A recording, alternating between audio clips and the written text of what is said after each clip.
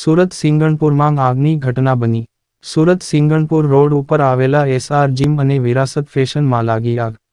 આગ લાગતા ભાગદોડ મચી હતી. ઘટનાની જાણ ફાયર વિભાગને કરતા ફાયર બ્રિગેડ અને સ્થાનિક પોલીસ ઘટના સ્થળે પહોંચી અને કામગીરી હાથ ધરી.